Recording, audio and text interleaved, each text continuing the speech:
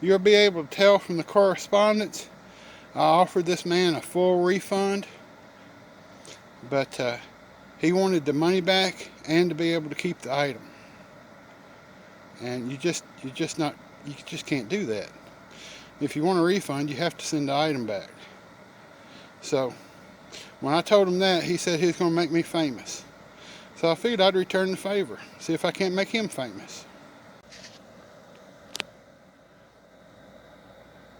I think I have a attempted case of feedback extortion here. This Jay Walker dude seems to think that I ought to give him his money back and let him keep these shot glasses. You can tell they're made to look distressed. That's the pattern.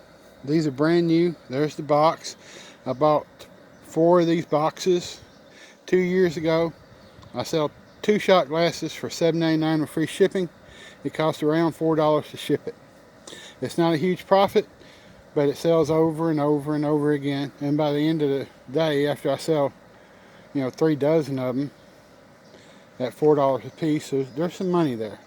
Either way, this guy has decided that he's going to try a little bit of feedback extortion, and I have added him to my blocked bidders list, and I would suggest that you do the same.